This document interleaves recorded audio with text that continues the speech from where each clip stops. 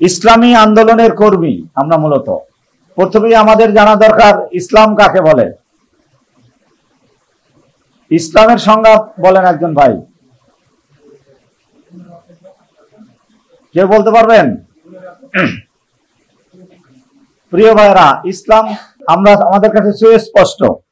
ইসলামের সংজ্ঞাও আমরা না জানলেও আমাদের দিলের ভিতরে আছে ইসলাম কি।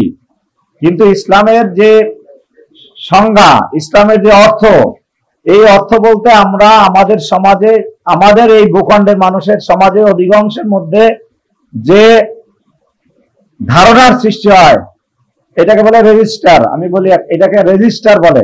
আমি ইংলিশ ল্যাঙ্গুয়েজের এবং ছাত্র, আমাদের একটা টার্ম আছে রেজিস্টার। আপনার সামনে যদি আমি একটা শব্দ বলি ম্যাঙ্গো, এই শব্দটার বলার সাথে সাথে একটা আম কিন্তু আপনার মধ্যে ভাইসা ওঠে। কি বলেন? এইরকম প্রত্যেকটা ওয়ার্ড, একটা কিছু বলার সাথে সাথে একটা অবয়ব, একটা অর্থ, একটা ভাব আপনার মধ্যে সৃষ্টি হয়। ইসলাম শব্দটা বলার সাথে সাথেই আমাদের মধ্যে এই ইসলামের যে অর্থ সৃষ্টি হয়, এক একজনের কাছে এক এক রকম অর্থ। কার কাছে মনে হয় বড় টুপি, পাগড়ি, পাঞ্জাবি এগুলো পয়রা মসজিদে যাওয়া, নামাজ পড়া, এটাই ইসলাম। কারো কাছে মনে হয় যে ঘর বাড়ি ছাইরা একটা একতারা নিয়া ওই ডুং ডুং ডুং ডুং করলাম, বিভিন্ন মাজারে গেলাম, এইটাই ইসলাম। কারো কাছে মনে হয় যে একটা মাজার বানিয়ে এখানে অত্যন্ত শান শওকত, সোনা দিয়ে রূপা দিয়ে কবরটাকে মোড়াইয়া এখানে ফুল টুল দেয়া, এটাই ইসলাম। কারো কাছে মনে হয় কি এই যে মিটিং মিছিল আন্দোলন সংগ্রাম, এটা ইসলাম। কারো কাছে মনে হয় এগুলোও ইসলাম না। কারো কাছে মনে হয় যে জিহাদ, কিতাল ফি সাবিলিল্লাহ, এগুলো ইসলাম। তো প্রিয় ভাইয়েরা, ইসলামের সংজ্ঞা আল্লাহ রাব্বুল আলামিন দিয়েছেন ইন্নাদ-দীনা ইনদাল্লাহিল ইসলাম। ইসলাম হচ্ছে পূর্ণাঙ্গ একটা জীবন বিধান, তাই না? ইসলাম খণ্ডিত কোনো বিষয় না, ইসলাম কোনো পার্শিয়াল বিষয় না। Islam is a complete code of life. ইসলাম হচ্ছে একটা জীবন বিধান, পূর্ণাঙ্গ জীবন বিধান। From beginning to end, from birth to death, আমাদের জীবন, আমাদের life, we should lead our life according to rules of Islam, according to Islam. এইটা হলো ইসলাম। আমার কথা বুঝছেন? তো ইসলাম হচ্ছে একটা পূর্ণাঙ্গ জীবন বিধান। এই জীবন বিধান মানেই হলো আমরা ইবাদত বন্দেগী যেভাবে যেগুলো আছে, বিধিবদ্ধ ইবাদত, নামাজ, রোজা, হজ, যাকাত, এর সাথে মুআমেলাত আছে, মুআশারাত আছে, লেনদেন, উঠা বসা, দিন কায়েমের প্রচেষ্টা, এরপরে লাইফ লিড, বিবাহ শাদী, ক্যারিয়ার গঠন, সবগুলোর ভিতরে কিন্তু ইসলাম। ইসলাম কোনো খণ্ডিত বিষয় নয়। কিন্তু আজকের যে সেকুলারিজমের যে ধারণা, এবং সারা দুনিয়ায় এরা ডমিনেন্ট হওয়ার কারণে ইসলামকে খণ্ডিত করে উপস্থাপন করা হয় রাষ্ট্রীয়ভাবে। সেকুলারিজম মানেই হচ্ছে রিলিজিয়ন থাকবে মসজিদে বা মন্দিরে, গির্জায়, আর এর বাইরে ইকোনমি বলেন, পার্লামেন্ট বলেন, এরপরে জুডিশিয়ারি বলেন, এগুলা পরিচালিত হবে মানুষের তৈরি যে আইন, সেই আইন দ্বারা চলিত। এর মানে ইসলামটাকে দ্বিখণ্ডিত করে ফেলা হয়েছে। এই জন্য প্রিয় ভাইরা, ইসলামের পূর্ণাঙ্গ ধারণা আমাদের মাঝে থাকা চাই, যারা আমরা ইসলামী আন্দোলনের কর্মী। এরপরে আন্দোলন কি? What is movement? ইসলামী আন্দোলন হচ্ছে এই ইসলামকে প্রতিষ্ঠার জন্য, যে ইসলাম আমরা আল্লাহ রাসূল আল্লাহ বলেছেন পূর্ণাঙ্গ একটা জীবন বিধান, এই ইসলাম প্রতিষ্ঠার জন্য সর্বাত্মক যে প্রচেষ্টা, এটাই হচ্ছে ইসলামী আন্দোলন। সর্বাত্মক প্রচেষ্টা, দিন প্রতিষ্ঠার জন্য আমার সামর্থ্য অনুযায়ী পরিবেশ পরিস্থিতির আলোকে সর্বোচ্চ এবং সর্বাত্মক প্রচেষ্টাই হচ্ছে ইসলামিক মুভমেন্ট, আন্দোলন, সংগ্রাম, আমরা যেটাই বলি। এরপরে ইসলামী আন্দোলনের কর্মী কারা?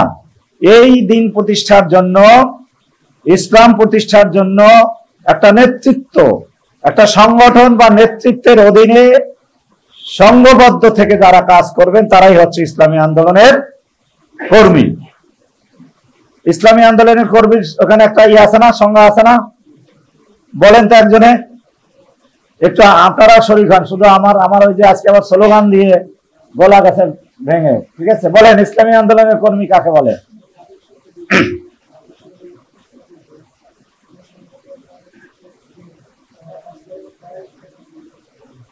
ঠিক আছে। ইসলামী আদর্শকে বিজয়ী আদর্শ হিসাবে প্রতিষ্ঠার জন্য কোন সংগঠন বা নেতৃত্বের অধীনে যারা কাজ করবেন তারাই ইসলামী আন্দোলনের কর্মী। অতএব আমরা সবাই ইসলামী আন্দোলনের কর্মী। কি বলেন ভাই? একই সাথে বিভিন্ন দায়িত্ব আছে, এটাও কিন্তু টোটাল দায়িত্বের অন্তর্ভুক্ত। এখন এই ইসলামী আন্দোলনের কর্মী হিসাবে আমরা একটা সংগঠনের অধীনে কিন্তু সংঘবদ্ধ। We are united under an organisation. আমরা একটা সংঘবদ্ধ জীবন বিধানের, কোরআনে রাসূল আকরাম সাল্লাল্লাহু আলাইহি সাল্লামের জীবনে, সাহাবাদের জীবনে আমরা এই জিনিসটা কিন্তু সুস্পষ্টভাবে দেখতে চাই। আল্লাহ আমাদেরকে ঐক্যবদ্ধভাবে দিন প্রতিষ্ঠার প্রচেষ্টা চালাতে বলেছেন, সংঘবদ্ধভাবে, সম্মিলিতভাবে, সীসাডালা প্রাচীরের মতো ময়দানে সংগ্রাম, যুদ্ধ, জেহাদ প্রচেষ্টা চালাতে বলেছেন। অর্থাৎ কোন এই দিনকে প্রতিষ্ঠা আমরা যদি করতে চাই তাহলে আমাদেরকে সংঘবদ্ধ প্রচেষ্টা চালাতে হবে, আমাদেরকে ঐক্যবদ্ধ প্রচেষ্টা চালাতে হবে। বিচ্ছিন্নভাবে এককভাবে কোনো বড় কিছু করা সম্ভব নয়। এই জন্য প্রিয় ভাইয়েরা, একটা সংগঠনের অধীনে সংঘবদ্ধ থেকে আমাদেরকে এই দিন প্রতিষ্ঠার কাজ চালাতে হবে। এখন আমরা সংগঠনের অধীনে সংঘবদ্ধ আছি বলেই তো আমরা কর্মী, তাই না? আমরা সবাই কর্মী। এর কারণ কি? আমরা একটা সংগঠনের অধীনে, একটা নেতৃত্বের অধীনে আমরা একতাবদ্ধ এবং সংঘবদ্ধ। এই জন্য প্রিয় ভাইরা, এখন আমরা সবাই সংগঠনের কর্মী। এই কর্মীদের মধ্যে বিলেটারাল রিলেশনশিপস, পারস্পরিক সম্পর্ক কিরকম হওয়া উচিত, এই সম্পর্ক কিরকম হবে, এই সম্পর্ক আমি আগেই বলেছি, এই সম্পর্কের উপরে ভিত্তি করেই একটা সংগঠন, আন্দোলন সফল হবে কি ব্যর্থ হবে, সামনে আগাবে অথবা থেমে যাবে, এইটা নির্ভর করে। এই জন্য প্রিয় ভাইয়েরা, ইসলামী আন্দোলনের কর্মীদের মধ্যে যে সম্পর্ক থাকবে সেই সম্পর্কে আমাদের জানতে হবে। এখন কথা হচ্ছে, এইখানে আপনারা এসেছেন সারা বাংলাদেশের বিভিন্ন প্রান্ত থেকে। কেউ ঢাকা ইউনিভার্সিটি থেকে এসেছেন, কেউ সিলেট শাহজালাল বিজ্ঞান ও প্রযুক্তি বিশ্ববিদ্যালয় থেকে এসেছেন, কেউ সেই সুদূর রংপুর, কুড়িগ্রাম, রাজশাহী থেকে এসেছেন, কেউ বরিশাল থেকে এসেছেন, কেউ সিলেট থেকে এসেছেন। বাংলাদেশের বিভিন্ন প্রান্ত থেকে আমরা এখানে একত্রিত হয়েছি এবং সারা দেশে আমাদের হাজার হাজার লক্ষ লক্ষ ইসলামী আন্দোলনের কর্মী ভাই কিন্তু তারা আছেন। এদের ভিতরে সম্পর্কটা কেমন হওয়া চাই এবং এই সম্পর্কের ভিত্তিটা কি? এক নম্বর, আমি শুরুতে যে আয়াত তিলাওয়াত করেছি সেই আয়াতে আল্লাহ রাব্বুল আলামিন বলেছেন, ইন্নামাল মুমিনুনা ইখওয়া, মুমিনরা পরস্পর ভাই ভাই। এই ইসলামী আন্দোলনের কর্মীদের সম্পর্ক হবে ভাই ভাইয়ের সম্পর্ক। সম্পর্ক বিভিন্ন ধরনের, বিভিন্ন ক্যাটাগরিতে সম্পর্ক। সম্পর্কের ধরনটা কেমন, সেই ধরনের এক নম্বর হচ্ছে ব্রাদারহুড রিলেশনশিপ, যাকে বলা হয় ভ্রাতৃত্বের সম্পর্ক। ভাইয়ের সাথে ভাইয়ের যে সম্পর্ক থাকে সেই ধরনের সম্পর্ক। আমরা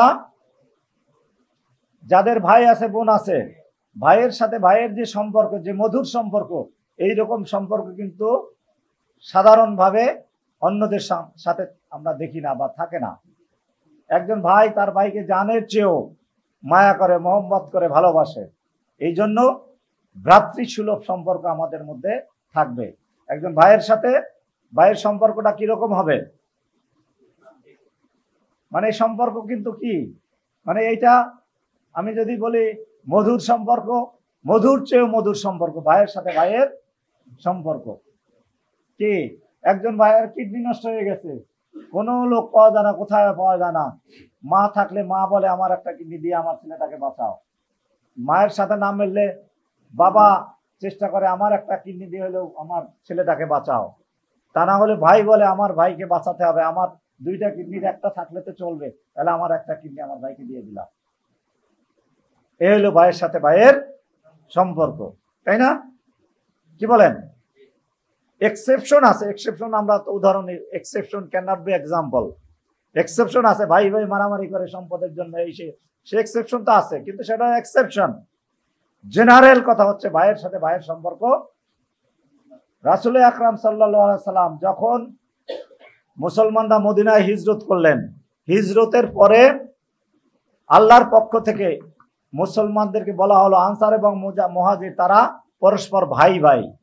এবং আমি আশ্চর্য হইলাম, এতদিন আমার কাছে মনে হইলো যে ভাই ভাইয়ের সম্পর্ক মানে তো একটা রিলেশন, পারস্পরিক সম্পর্ক গভীর করার জন্য একেবারে ভাইয়ের মতো একসাথে চলবো।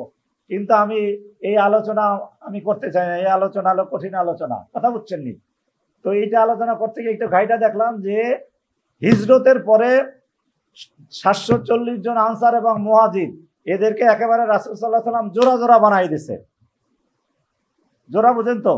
এই যে আপনি আর আপনার দুইজন বসে আছেন, একজন মাদ্রাসা ছাত্র একজন ইউনিভার্সিটি, এই দুজনে বসে তোমরা দুই ভাই মিলে তারা বাড়ি চলে গেছে। বাড়ি গিয়া ভাই উনি অর্ধেক উনি অর্ধেক, উনি সম্পদের অর্ধেক ভোগ করছে, উনি সম্পদের অর্ধেক ভোগ করছে, এইরকম ভাই ভাই। এমনকি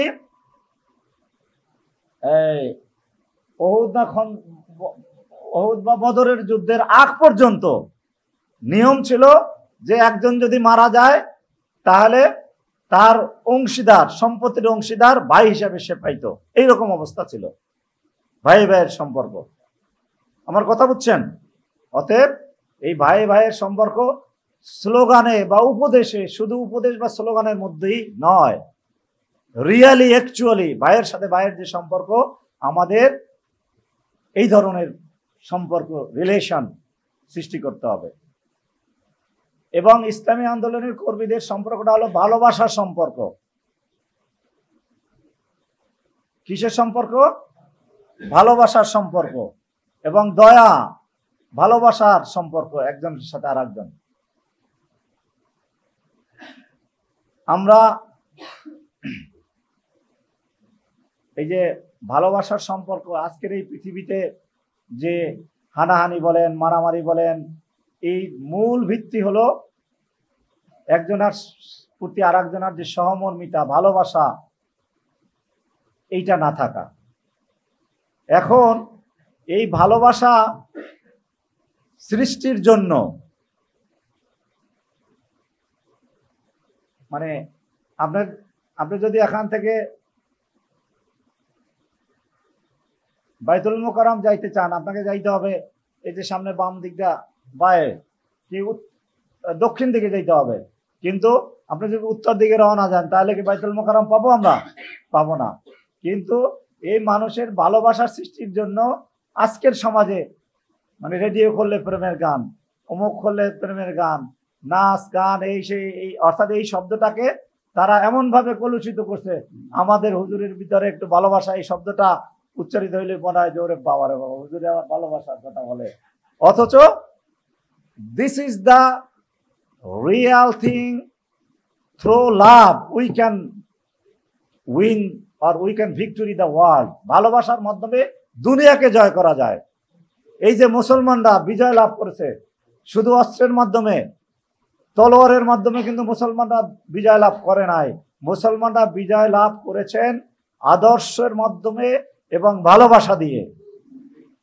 আপনি ইতিহাস দেখেন, মুসলমানদের বিজয় লাভের অন্যতম পথ এবং পন্থা হচ্ছে ভালোবাসা। এই জন্য ভালোবাসার মধ্য দিয়ে মানে আপনি দুঃসাধ্যকে জয় করা সম্ভব। এরপরে আমাদের এই যে দিনী ভাইদের ভিতরে আর একটা সম্পর্ক, সৎ কাজের প্রতিযোগিতামূলক সম্পর্ক। আমরা মানে একজনের চেয়ে আর একজন কত বেশি ভালো কাজ করা যায়, কত বেশি দিনের কাজ আরো সুন্দরভাবে করা যায়, এই যে সৎ কাজের প্রতিযোগিতামূলক সম্পর্ক আমাদের মধ্যে থাকা চাই। এরপরে ত্যাগের সম্পর্ক, কে কত বেশি ত্যাগ স্বীকার করতে পারি। সাহাবায়ে আজমাইনের জীবনের দিকে আমরা যদি তাকাই, একজনের চেয়ে আর একজন বেশি স্যাক্রিফাইস করেছেন, করছেন না?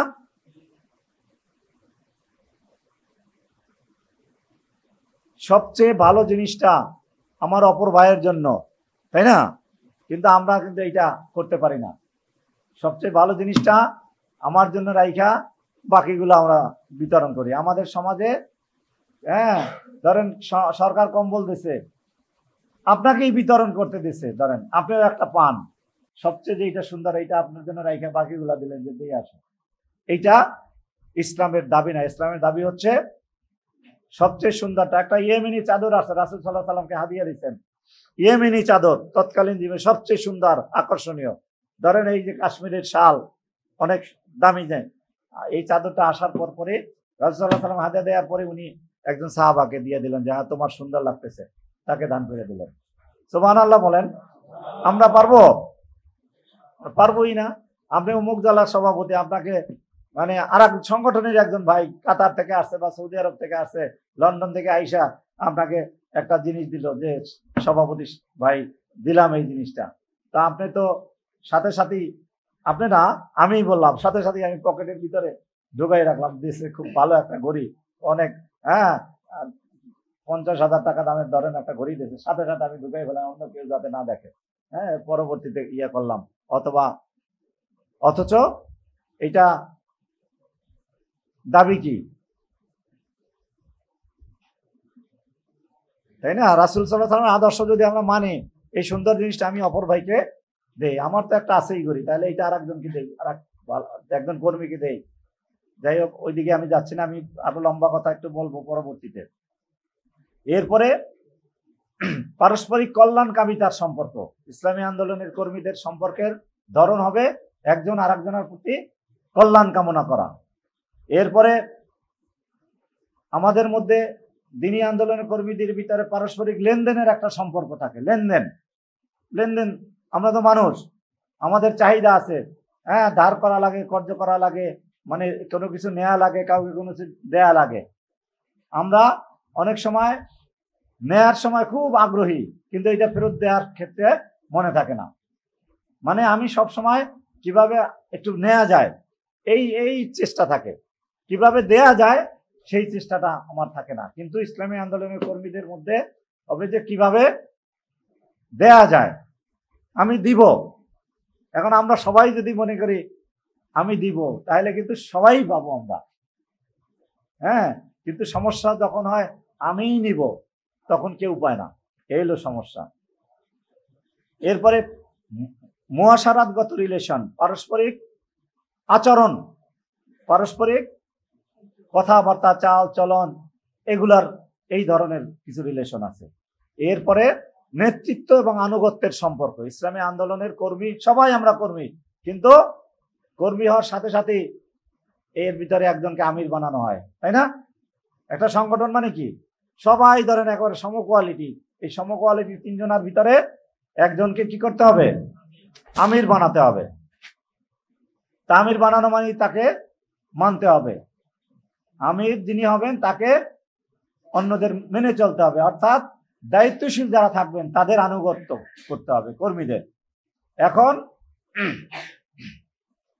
দায়িত্বশীল হিসাবে আমি শুধু আনুগত্যটা পছন্দ করি, কি বলে, আমার আনুগত্য করবে এই জিনিসটা পছন্দ করি, আমি অপরের আনুগত্য করব এই জিনিসটা পছন্দ আমি করি না, এইটা হবে না।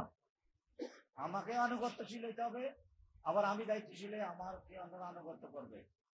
অর্থাৎ এই হলো 10টা সম্পর্কের ধরন, রিলেশনের ধরন। এখন আমি সংক্ষিপ্তভাবে আমাদের এই যে বিভিন্ন ধরনের সম্পর্ক ইসলামী আন্দোলন কর্মীদের ভিতরে, ভ্রাতৃত্বের সম্পর্ক, ভালোবাসার সম্পর্ক, দয়া মায়া, এই যে সম্পর্ক, এরপরে পারস্পরিক ত্রুটি মুক্ত হওয়ার একটা সম্পর্ক। আর একটা সম্পর্ক বলা হয়েছে কি, একে অপরের ত্রুটি মুক্ত করবে, আমার ত্রুটি আপনি দেখবেন, আপনার ত্রুটি আমি দেখবো, এই মুআমেলাত মুআশারাত। এরপরে নেতৃত্ব আনুগত্যের সম্পর্ক, এই সম্পর্কগুলোর ভিত্তিতে আমরা আমাদেরকে গড়ে তুলতে হবে, এবং সেটা গড়ে তোলার জন্য আমাদের সম্পর্ক উন্নত হবে, আমাদের পারস্পরিক সম্পর্ক আরো গভীর হবে, আরো সুদৃঢ় হবে, আরো আকর্ষণীয় হবে, আরো মধুর হবে। যে কিছু কাজ করলে, যে কয়েকটা কাজ করলে, তার ভিতরে কয়েকটা কাজ আমি আপনাদের সামনে দিয়েছি। এর ভিতরে 1 নম্বর কাজটা কি বলেন তো? মান বা ইজ্জতের নিরাপত্তা, মান ইজ্জতের গ্যারান্টি। আমি এই দিনের স্বার্থে, ইসলামের স্বার্থে এই সংগঠনের আন্দোলনে এসেছি। এখন এখানে আইসা দেখা যায় আমার সভাপতি, আমি ধরেন একজন কর্মী, আমার একটা ত্রুটি নিয়ে সব জায়গায় বলা বলি শুরু, আরে সেটা এই করে, সেই করে, অমুক করে, তমুক করে। আরে বাবা রে বাবা, আমি আসলাম দিনই কাজ করার জন্য, ইসলামের সঙ্গে আমার 14 গোষ্ঠী উদ্ধার করতে হচ্ছে। হ্যাঁ, একটা মানুষের মানে সম্মান এবং ইজ্জত, এই ইজ্জতের নিরাপত্তা আপনি যদি না দেন, তাহলে আপনার এই সংগঠন এবং আন্দোলন, আপনার এই সংগঠন আন্দোলনের প্রতি তার আস্থা, দৃঢ়তা, ভালোবাসা কোনোভাবেই বৃদ্ধি পাবে না। মান এবং ইজ্জতের নিরাপত্তা এইটা আল্লাহর পক্ষ থেকে নির্দিষ্ট করা দেওয়া হয়েছে। আপনি কোনোভাবেই একজন মানুষের সম্মান হানি হয় এমন কোনো আচরণ, এমন কোনো কথা, এমন কোনো বক্তব্য, এমন কোনো কাজ আপনার এবং আমার দ্বারা করা সম্ভব না, বা কোনোভাবেই আমরা করতে পারি না। মানুষের ইজ্জত হানি, সম্মান হানি অনেক কাজের মধ্য দিয়া, কথার মধ্য দিয়া, আচরণের মধ্য দিয়া বিভিন্ন ভাবে হইতে পারে। কেউ কালো থাকে, কেউ সাদা থাকে, কেউ মেধাবী থাকে, কেউ কম মেধাবী থাকে। এই সব ধরনের মানুষদেরকে নিয়েই হচ্ছে একটা সংগঠন এবং আন্দোলন। যখন আমরা ইসলামের ভিতরে আসলাম, তখন আমরা সবাই ভাই ভাই, পরস্পর ভাই ভাই। হযরত বেলালে হাবশী, সাইয়েদেনা বেলালে হাবশী, কি বলেন? সাইয়েদেনা মানে কি? নেতা। এই যে প্রত্যেক জুমার নামাজে খুতবার ভিতরে সাইয়েদেনা বিলাল বলা হয়, অথচ তিনি ছিলেন কৃতদাস, এবং তার যে চেহারা, হাবশী কৃতদাস, তার চেহারা, আমাদের এখন আফ্রিকার মানুষের দিকে যদি আমরা তাকাই, কি কালার তার, সে এবং একেবারে হোয়াইট রেডিশ কালার, এর ভিতরে আর কোনো পার্থক্য নাই, সবাই সমান। যখন আমরা কলেমা দ্বীনের মধ্যে আসলাম, ইসলামের মধ্যে আসলাম, পার্থক্য আছে আমলের দিক থেকে। যে বেশি আমল করবে আল্লাহর কাছে সে তত প্রিয়, তাই না? তো যাই হোক, এই মান এবং ইজ্জতের নিরাপত্তা থাকতে হবে। আপনার একজন কর্মী, আপনি দায়িত্বশীল, সমস্ত কর্মীর ইজ্জত, আপনি নেতা, এই নেতার যদি মান এবং ইজ্জত কর্মীদের দ্বারা লুণ্ঠিত হয়, তাহলে ওই নেতার কি বলে, সেখানে দায়িত্ব পালন করা তার দ্বারা সম্ভব না। এই জন্য প্রিয় ভাইয়েরা, আমরা এই বিষয়ে ডিটেলস আলোচনা আমি এই মুহূর্তে করব না। এই একটা বিষয় আপনারা আশা করি বুঝছেন, যে সম্মান ইজ্জত এর নিরাপত্তা, আমরা পরস্পরের সম্মান ইজ্জতের দিকে আমরা তাকাবো। শুধু আমাদের মধ্যে না, আমাদের সমাজেও, এই সংগঠনের বাইরেও একজন মানুষ, সে হিন্দু হোক, মুসলমান হোক, বৌদ্ধ হোক, খ্রিস্টান হোক, সবার সম্মান এবং ইজ্জতের নিরাপত্তা আপনার কাছে থাকতে হবে।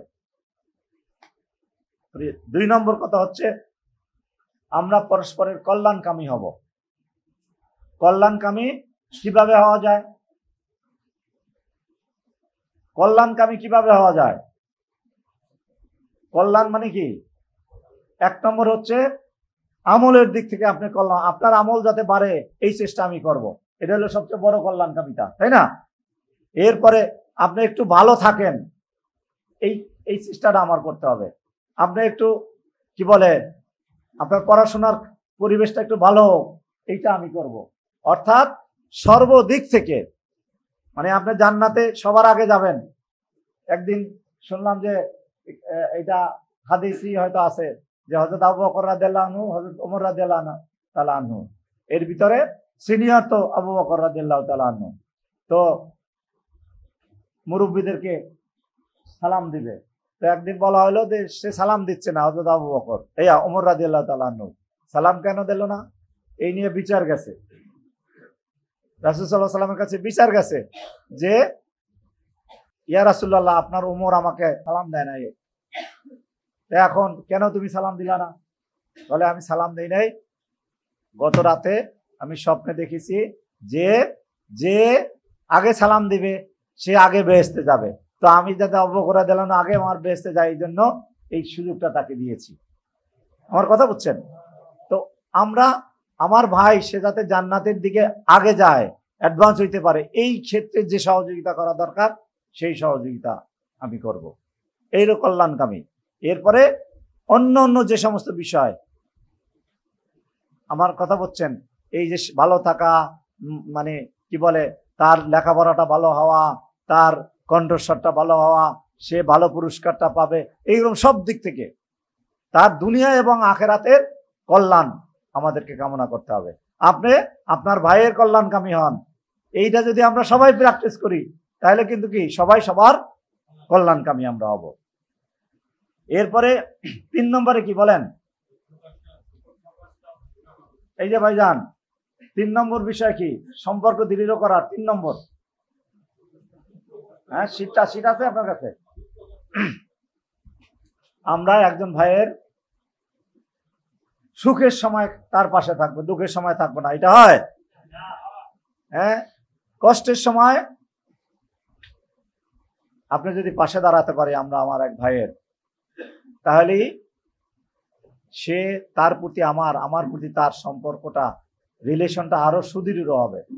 আমার ভাইয়ের সুখে এবং দুঃখে সব সময় তার সুখে, মানে কি, ধরেন আপনার একজন কর্মী এখানে আপনাকে দাওয়াত দিল, আপনি বিভিন্ন কারণে যাইতে পারেন না, অনেক গেলে একটা গিফট দেওয়া লাগবে, এই ভয়ে গেলেন না, হবে? যাইতে হবে। অথবা আপনি মনে করলেন যে ওই ওরা তো আমাদের গ্রামে গঞ্জে আছে, ওই বংশ হইলো একটু, ওই বংশের অনুষ্ঠান আদিতে এই বংশের লোকজন যায় না, তাই না? সৈয়দ বংশের লোক, তারা ওই সাধারণ যারা ধরেন কাপড় সেলাই করে এদেরকে কি বলে, এদের বংশে যায় না। তো এই ধরনের মানসিকতা পরিহার করতে হবে। তার সুখের সময় আপনি তার পাশে যেমন থাকতে হবে, দুঃখের সময়ও তার পাশে থাকতে হবে। দুঃখের সময় কিভাবে পাশে থাকা যায় উদাহরণ আপনারা দেন একজনের, এই যে দ্বিতীয় সারির প্রথম, অপর ভাইয়ের দুঃখের সময় কিভাবে সাথে থাকতে পারি?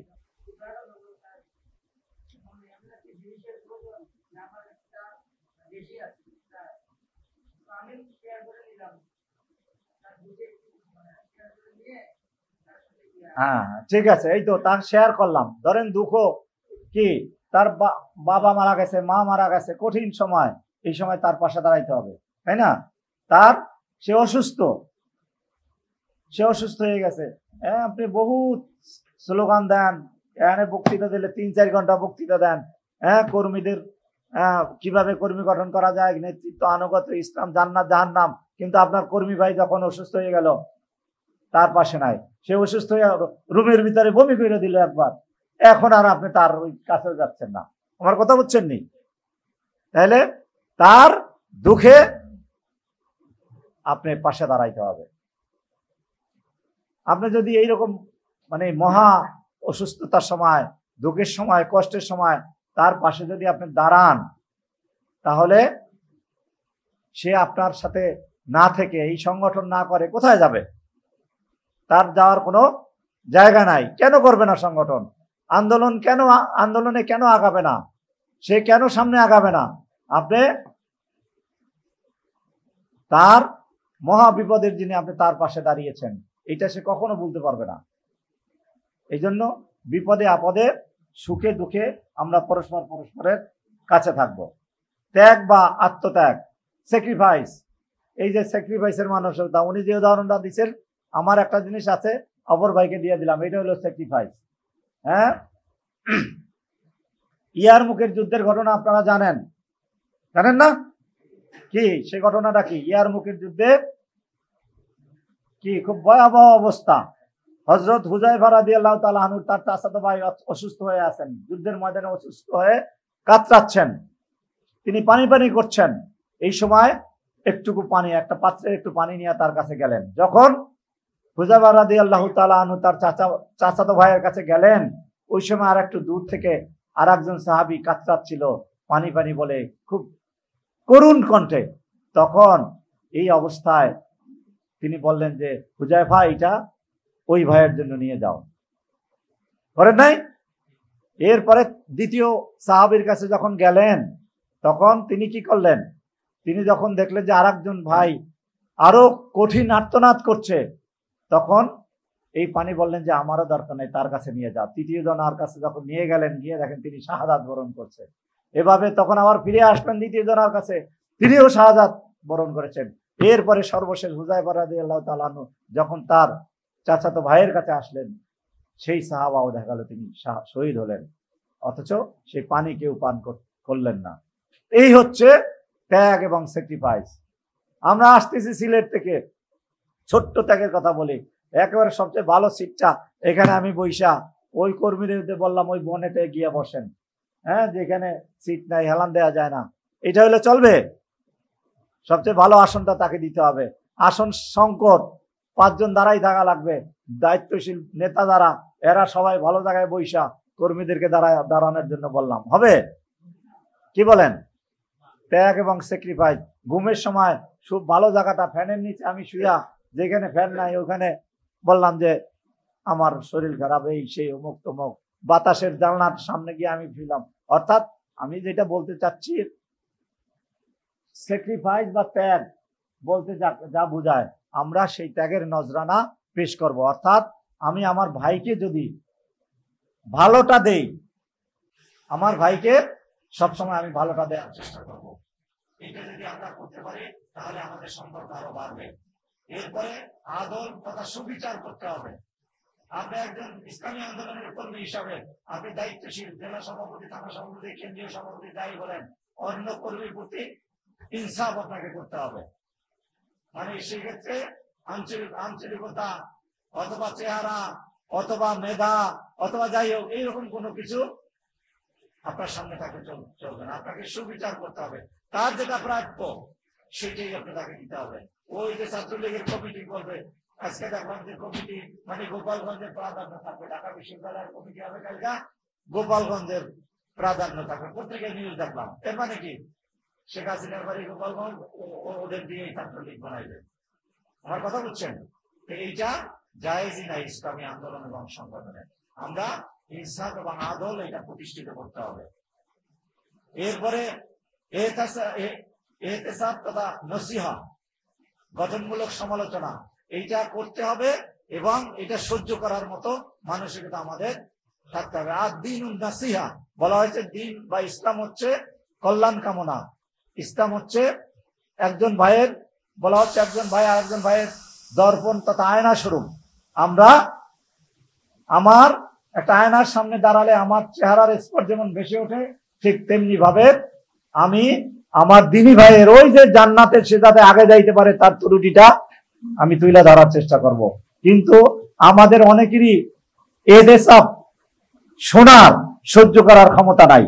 আপনাকে যখন বলা হলো যে ভাই আপনার তো এই সমস্যাটা আছে, একটু এইভাবে এটা ত্রুটিটা সমাধান করেন, আপনি বলেন আরে ভাই 3 দিন আমি সংগঠন করি আজকে 16 বছর, আর তুমি 3 বছর আইসা আমার দোষ ধরতেছ, আপনি রাগ হয়ে গেলেন।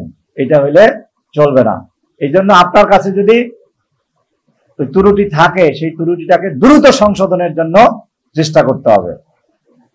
কিন্তু এই সাথে খেয়াল রাখতে হবে, আর একটা দোষ আছে ছিদ্রান্বেষণ করা। কিছু কিছু লোক আছে খালি খুঁজে খুঁজে ত্রুটি আছে কোথায়, ত্রুটিটা বাইর করে, এইটা আবার করা যাবে না, সেটা আমি পরে বলছি। এরপরে পারস্পরিক সম্পর্ক সুন্দর করার জন্য সবসময় হাসি মুখে কথা বলা, হ্যাঁ, সুন্দরভাবে নিজেকে উপস্থাপন করার চেষ্টা করা। এরপরে একটা আমল আছে, যে আমলটা সম্পর্ক বৃদ্ধির জন্য খুব গুরুত্বপূর্ণ, সেটা হলো বেশি বেশি সালাম দেওয়া। বেশি বেশি সালাম দেওয়া। আমাদের আমিরের মজলিস প্রায় এই কথাটা বলেন যে বেশি বেশি সালাম দেওয়া এবং একসাথে নাস্তা করা, খাওয়া দাওয়া করা, একসাথে একটু চা খাওয়া, একসাথে একটু নাস্তা করা। আপনার বাড়িতে একজন ভাইকে দাওয়াত দেওয়া, সারা মেসে থাকে আপনার কাছে, একজন ভাইকে বাসায় নিয়ে যাওয়া, নিয়ে একদিন একটু খাওয়া দাওয়ার অ্যারেঞ্জমেন্ট করা, আপনি তার বাসা যাওয়া, সে তার বাসায় আসা, এই যে এগুলোর মাধ্যমে কিন্তু সম্পর্ক বৃদ্ধি পায়। উত্তম নামে ডাকা, কর্মীদের পরস্পরকে সুন্দর যে নাম সেই নামে ডাকা। কিন্তু আমরা অনেক সময় একটু দেখা কইরা ডাকি, হ্যাঁ, যে নামটা একটু শুনতে ভালো লাগায় না ওইভাবে নামটা ডাকার চেষ্টা করি না। আমাদেরকে পরস্পর উত্তম নামে ডাকতে হবে। হাদিয়া এবং তওবা, মাঝে মধ্যে গিফট দেওয়ার ব্যবস্থা করতে হবে। আমি আমার ভাইয়ের জন্য মাঝে মাঝে ছোট্ট হোক, আমার সামর্থ্য অনুযায়ী একটা কলম হোক, একটা খাতা হোক, একটা পেন্সিল হোক, এই গিফটের আদান প্রদান করা, এর মাধ্যমে সম্পর্ক বৃদ্ধি পায়। এরপরে কৃতজ্ঞতা থাকা।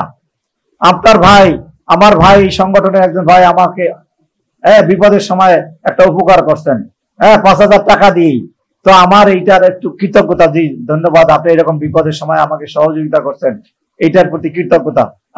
কোথায় কিছু নাই, সংগঠনের বাইরে একটা লজিং এর ব্যবস্থা করে দিয়েছেন, একটা সিটের ব্যবস্থা করে দিয়েছেন, কিন্তু কয়েকদিন পরে আপনি তার চিনিনি না।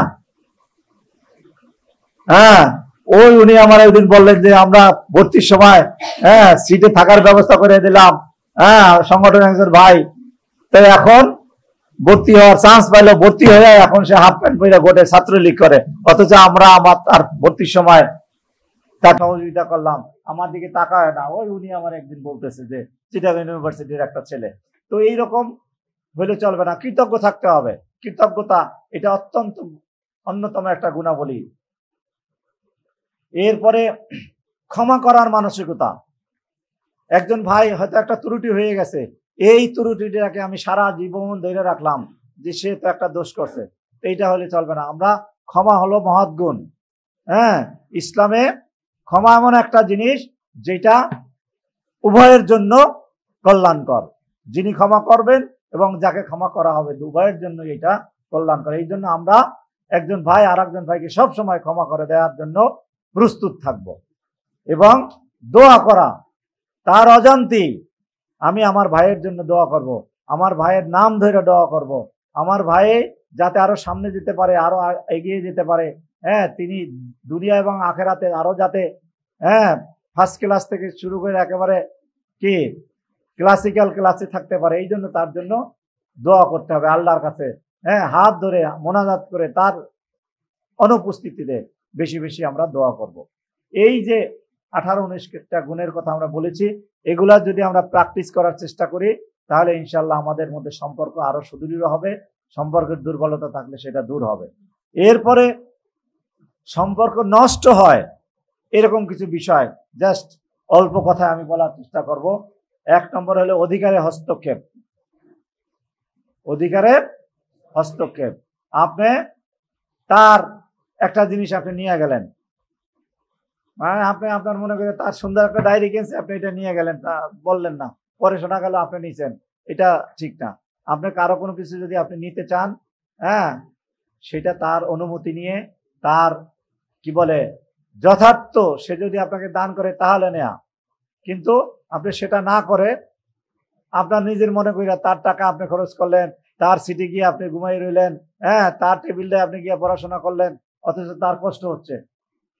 এই ধরনের মানে ছোটখাটো বিষয় আমি যেটা বললাম, এই অধিকারে হস্তক্ষেপ করা যাবে না। কথা বুঝছেন? এরপরে এইটা বড় একটা 2 নম্বরটা অনেক বড় একটা বিষয়। আপনার মধ্য দিয়ে যদি অন্যর ভাইয়ের জীবনের উপরে কোনো হুমকি আসে, তাহলে আপনার সম্পর্ক ইসলামী আন্দোলনের কর্মীদের সম্পর্ক একেবারে খুব হঠাৎ দ্রুতই অবনতি হয়ে যাবে। এই জন্য জীবনের নিরাপত্তা, ওই যে প্রথমে যেভাবে বলা হয়েছে মান ইজ্জতের নিরাপত্তা, মান ইজ্জত জীবনের নিরাপত্তা থাকতে হবে একজন ভাইয়ের আরেকজন ভাইয়ের উপরে। এই জন্য জীবনের নিরাপত্তাহীন হয় এরকম কোনো আচরণ করা যাবে না। একটা বহুমুখী সমস্যা আছে। আপনি সংগঠন আন্দোলনের একজন ভাই একটা বিভিন্ন রকমের বিপদ আপদ আপনার কাছে, এই বিপদ আপদটাকে ইস্যু কইরা আপনি এমন একটা কাজ করলেন যে সেই এলাকায় থাকতে পারলো না। এই জন্য তার জীবনের জন্য, তার স্বার্থের জন্য হুমকির সৃষ্টি হয়, এমন কোনো আচরণ আমাদের করা যাবে না। এরপরে রুরু আচরণ, গালমন্দ, এইরকম কিছু মানুষ আছে যে কথায় কথায় গালি বের হয়, আচরণ একেবারে পিচাসের মতো আচরণ, একেবারে আমাদের কি বলে কিছু মানুষ সমাজে দেখবেন যে খুব খারাপ আচরণ, রুরু আচরণ। এই রুরু আচরণ পরিহার করতে হবে। আশিদ্দাউ আলাল কুফার রুহামাউ বাইনাহুম, এটা কিন্তু কোরআনের আয়াত। রাসূল সাল্লাল্লাহু আলাইহি সাল্লামের চরিত্রের বৈশিষ্ট্য, কাফেরদের প্রতি কঠোর এবং উম্মতের মধ্যে ইমানদারদের ভিতরে একেবারে নরম দিল। এই জন্য আমাদের দুর্বলতা পরিহার করে নরম দিল হতে হবে। কোন রকমের অপবাদ যদি আমরা দেই, অপবাদ যদি আপনি কখনো অন্য ভাইয়ের উপরে অপবাদ দেয়া নিষেধ, হারাম। এই অপবাদ মিথ্যা অপবাদ বিভিন্ন সময় বিভিন্ন জায়গায় এরকম ঘটে। এই পারস্পরিক একটু সম্পর্ক খারাপ, একটা অপবাদ, এই তো উনি তো এরকম করছে।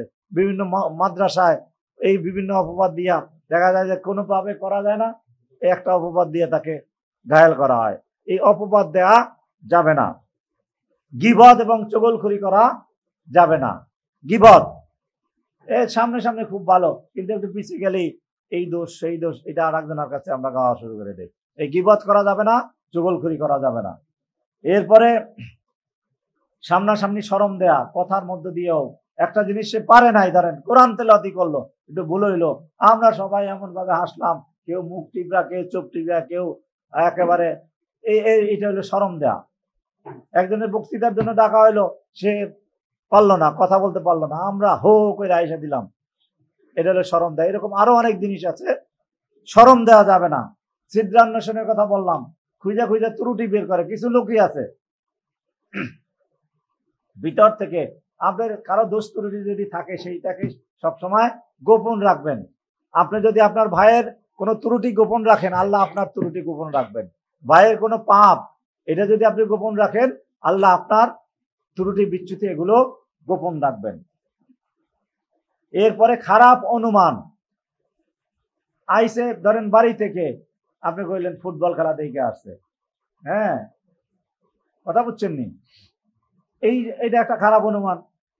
ভাই এরকম অনেক জিনিস আছে খারাপ অনুমান। একজন ভাই গুলিস্তান সিনেমা হলের ওই বিল্ডিং থেকেই মনে করেন নামছেন, আপনি দেখে বললেন আরে আল্লাহ, অমুক ভাই তো দেখছি সিনেমা হল থেকে সিনেমা দেখে নামছে। আপনি দেখছেন সিনেমা হল থেকে নামছে, সিনেমা হলের বিল্ডিং থেকে নামছে, হে হয়তো তার চাচার সাথে দেখা করতে গেছিল, তাই না? আছে না, তার চাচা সিনেমা হলে চাকরি করে, দেখা করে নামছে, আপনি এই যে বললেন যে সিনেমা দেখে নামছে, খাইছে গেছে সে। এই লোক অনুমান। বরং আপনি সন্দেহ হইলে আপনি তার সাথে আলাপ করেন, ভাই কোথায় গেছিলেন, কি জন্য গেছিলেন, ক্লিয়ার হয়ে যাবে। সন্দেহ বা অনুমান আমরা করব না। কষ্ট দেয়া, একজন ভাই অপর ভাইকে কোনোভাবেই কষ্ট, দুঃখ, যাতনা এটা দেয়া যাবে না। আপনার আচরণ, আপনার কথার মাধ্যমে, কাজের মাধ্যমে অপর ভাইকে কষ্ট দেয়া যাবে না। এরপরে ধোঁকা এবং প্রতারণা, ধোঁকাবাজি, প্রতারণা আছে না, এই ধোঁকা এবং প্রতারণা থেকে আমাদেরকে পরহেজ করতে হবে, বেঁচে থাকতে হবে। হিংসা, পরশ্রীতি, কাতরতা, হ্যাঁ, আমরা একসাথেই কাজ করছি, একজন ভাই দায়িত্বশীল হয়ে গেছে, একজন ভাই বড় দায়িত্ব পাইছে, আপনার হিংসা হলো, এই 3 দিন পরের মধ্যে সে এরকম সামনে গেল, বিভিন্ন কারণে। হ্যাঁ, একজনের চেহারা ভালো এই কারণে হিংসা, একজনের মেধায় খুব ভালো, হ্যাঁ, ভালো রেজাল্ট করে এই কারণে হিংসা। এই হিংসা এবং পরশ্রী কাতরতা এগুলো থেকে আমাদের বেঁচে থাকতে হবে। প্রিয় ভাইয়েরা, এই ইসলামী আন্দোলনের কর্মীদের যে পারস্পরিক যে সম্পর্ক, এই সম্পর্কের যদি আমরা সুদৃঢ় করতে চাই, তাহলে এই যে গুণগুলো আমাদের মধ্যে নিয়ে আসতে হবে। আর এগুলো ক্ষতিগ্রস্ত হয় যে সমস্ত কাজ করলে, এই কাজগুলো থেকে আমাদেরকে দূরে থাকতে হবে। এগুলো যদি আমরা আমল করতে পারি, এগুলো যদি আমরা প্র্যাকটিস করতে পারি, এগুলা প্র্যাকটিস করতে পারি না, আমাদেরকে অবশ্যই এগুলো আমল করতে হবে, এগুলা প্র্যাকটিস করতে হবে। এটা যদি আমরা করি, তাহলে আমাদের সংগঠন, আমাদের পারস্পরিক সম্পর্ক মজবুত হবে, আরো সুদৃঢ় হবে, সংগঠন আন্দোলন সামনে এগিয়ে যাবে, দ্বীন এবং ইসলামের বিজয় হবে। সাহাবায়ে আজমাইন, এত অল্প সংখ্যক সাহাবা কিভাবে দ্বীনকে বিজয়ী করেছেন? তারা এই পারস্পরিক হক, রাসূল আকরাম সাল্লাল্লাহু আলাইহি সাল্লামের কাছে সমস্ত সাহাবাদের মান, ইজ্জত, জান সব নিরাপদ ছিল। সাহাবায়ে আজমাইন এই জন্য তার প্রতি এত আস্থা ছিল, এত ভালোবাসা ছিল, সব কিছু তাকে সঁপে দিয়েছেন, জীবনের চেয়েও তার নেতাকে ভালোবেসেছেন এই জন্য। এবং সাহাবায়ে আজমাইন একজন আর একজনকে যেভাবে ভালোবেসেছেন, আমরাও আমাদেরকে সেভাবে ভালোবাসতে হবে। আমরা আমাদের পারস্পরিক যে সম্পর্ক, এই সম্পর্কে আরো গভীর করতে হবে, মধুর করতে হবে, আরো সুন্দর করতে হবে। এটা যদি আমরা করতে পারি, ইনশাআল্লাহ আগামী দিনের যে বিপ্লব, যে স্বপ্ন আমরা দেখি, সেই স্বপ্ন এবং বিপ্লব কাঙ্ক্ষিত মানে নিয়ে যাওয়া সম্ভব হবে। শুধু এরকম সীসা ডালা প্রাচীর, বুনিয়ানুম মাসুব, ভাই ভাইয়ের মতো সম্পর্ক, একেবারে হৃদয়ের সাথে একীভূত যে সম্পর্ক, সেই সম্পর্ক আমরা আমাদের গঠন করতে হবে, তাহলেই আমাদের সেই কাঙ্ক্ষিত লক্ষ্য অর্জন করা সম্ভব, বিজয় অর্জন করা সম্ভব। আল্লাহ রাব্বুল আলামিন আমাদের পারস্পরিক সম্পর্ক আরো মজবুত করার মধ্য দিয়ে, কাঙ্ক্ষিত মানে নিয়ে যাওয়ার মধ্য দিয়ে দুনিয়া এবং আখেরাতের কল্যাণ লাভ করার তৌফিক দান করুন। আমিন। ওমা তৌফিক ইল্লা বিল্লাহ।